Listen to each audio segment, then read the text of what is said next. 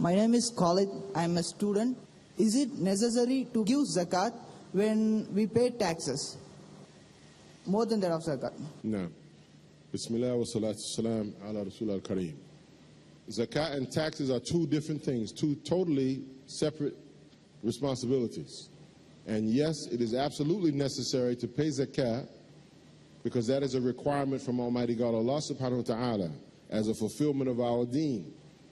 If you have the minimum nisab or the minimum amount of wealth in your possession from 1 year to the next. In America, it's about $1,500 or so. If I've had that in my possession for an entire year, I'm obligated to pay zakat, the 2.5% of that, and anything above that for zakat.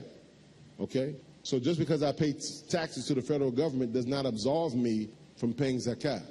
Because the taxes from the federal government, that's a fit question too, isn't it? Naam, alhamdulillah. He clarified. He said that also has something to do with the glitter of the world. So, mashallah. But so, we have to do both. If I don't pay taxes in the United States, in the fire. So, yes, we have to take care of that responsibility. Okay? Alhamdulillah.